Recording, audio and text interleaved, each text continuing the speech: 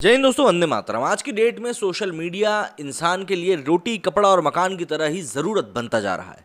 या यूं कहूं कि जो थोड़े बहुत भी पैसे वाले लोग हैं, मतलब लोअर मिडिल क्लास भी लोग हैं, उनके लिए भी सोशल मीडिया एक ज़रूरत बनता जा रहा है। कहीं ना कहीं आप देखेंगे कि जो लोग डेली का पैसा कमाने के लिए काम करते हैं, वो लोग भी मोबाइल में पूरे टाइम चिपके रहते हैं, क्योंकि सोशल मीडिया पे कहीं ना कहीं उनको भी रिकग्निशन मिलता है और उनको एहसास होता है कि चलिए ठीक है, कोई तो सही पर हमें पसंद कर रहा है। ये चीज़ सोशल मीडिया की अच्छी चीज़ है। लेकिन हम तो यूज़र्स हो गए। जो सोशल मीडिया को चलाने वाले लोग हैं, या यूँ कहूँ जो सोशल मीडिया पर मालिकाना हक रखते हैं, चाहे हम फेसबुक की बात कर रहे हैं, यूट्यूब की बात कर लें, ट्विटर की बात कर लें, स्नैपचैट की बात कर लें, जो लोग ये वेबसाइट्स या एप्लीकेशंस चलाते हैं, उनका आखिर इस बारे में क्या मत है, इसके ऊपर हमेशा से ही एक सवाल खड़ा रहा है कि वो किस प्रकार से अपनी एप्लीकेशन को यूज़र को यूज़ कर देना चाहते हैं। पिछले कुछ दिनों में भारत में नए आईटी नियमों का इंट्रोडक्शन किया गया, जिसमें ग्रीवेंस ऑफिसर को रखने की बात कही गई। इसको लेकर कई सारे बड़े सवाल खड़े हुए कि भैया क्यों ज़रूरत है और ऐसा वैसा। तो भारत ने भी स्पष्ट किया कि भैया आपको हमारी सरजमी पर अगर काम करना है तो आपको हमारे तरीके से करना होगा, वरना दरवाज़ा खुला हुआ है, आप वहाँ से शांति से जा सकते हैं, हमें कोई परेशानी नहीं है, हम बहुत ही सहिष्णु लोग हैं। लेकिन अभी कुछ दिनों पहले जब बाबा सब लोकतंत्र का चैनल बैन हुआ था, तो उसके बाद ये बात उजागर हुई कि भाई यूट्यूब ने अभी तक कोई भी ग्रीवेंस ऑफिसर नहीं रखा था, लेकिन अब सुनने में आया है कि उन्होंने रख लिया है। जाहिर सी बात है, कई सारी चीज़ें और भी हैं जो निकल कर सामने आ रही हैं।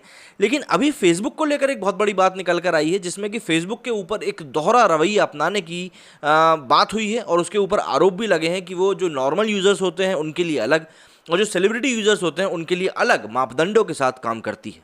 सोशल मीडिया दिग्गज फेसबुक के नियम आम लोगों के लिए अलग और वीआईपी यूजर्स के लिए अलग अलग हैं। कंपनियों से ये सुविधा पाने वाले यूजर्स की संख्या करीब 58 लाख से ज़्यादा है। इनमें सेलिब्रिटीज, राजनेता और हाई प्रोफाइल यूजर्स शामिल हैं। इन्हें कंपनी बिना निगरानी किसी भी तरह के पोस्ट करने की खुली छूट देती है, जबकि आम लोगों पर सख्ती करी जाती है। ये खुलासा वॉल स्ट्रीट जर्नल की रिपोर्ट में किया गया है। कंपनी ने इन यूजर्स को बचाने के लिए क्वालिटी कंट्रोल मैकेनिज्म के तहत क्रॉस चेक कार्यक्रम भी शुरू किया। इसे एक्सचेक के तौर पर भी जाना जाता है।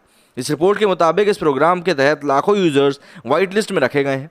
उन्हें कार्रवाई में सुरक्षा दी गई है, जबकि अन्य मामलों में विवादास्पद कंटेंट की समीक्षा करी ही नहीं जाती। व्हाइट लिस्ट में रखे गए खातों में ऐसी सूचनाएं साझा की गई थी जैसे हिलरी क्लिंटन बाल यौन शोषण का गिरोह चलाती हैं, या फिर तत्कालीन अमेरिकी राष्ट्रपति डोनाल्ड ट्रंप ने अमेरिका में शरण चाहने वाले लोगों को जानवर कहा था। रिपोर्ट में कुछ चर्चित लोगों द्वारा शेयर की गई पोस्ट का हवाला भी दिया गया था। इनमें फुटबॉल खिलाड़ी नेमार की एक पोस्ट है, जिसमें उन्होंने एक महिला की आपत्तिजनक तस्वीरें शेयर करी थी। इस महिला ने नेमार पर दुष्कर्म का आरोप लगाया था। फेसबुक ने नेमार को बचाने के लिए यह पोस्ट हटा दी थी।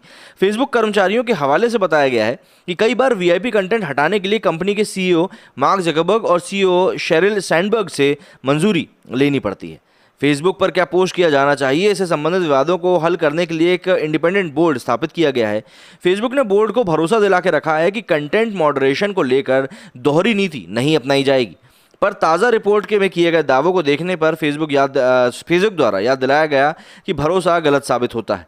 बोर्ड के प्रवक्ता जॉन टेलर के मुताबिक फेसबुक के कंटेंट मॉडरेशन की प्रक्रिया में पारदर्शिता की कमी, खासकर कि मशहूर लोग के खातों के बारे में कंपनी की नीति को लेकर ओवर साइट बोर्ड कई बार चिंता जता चुका है।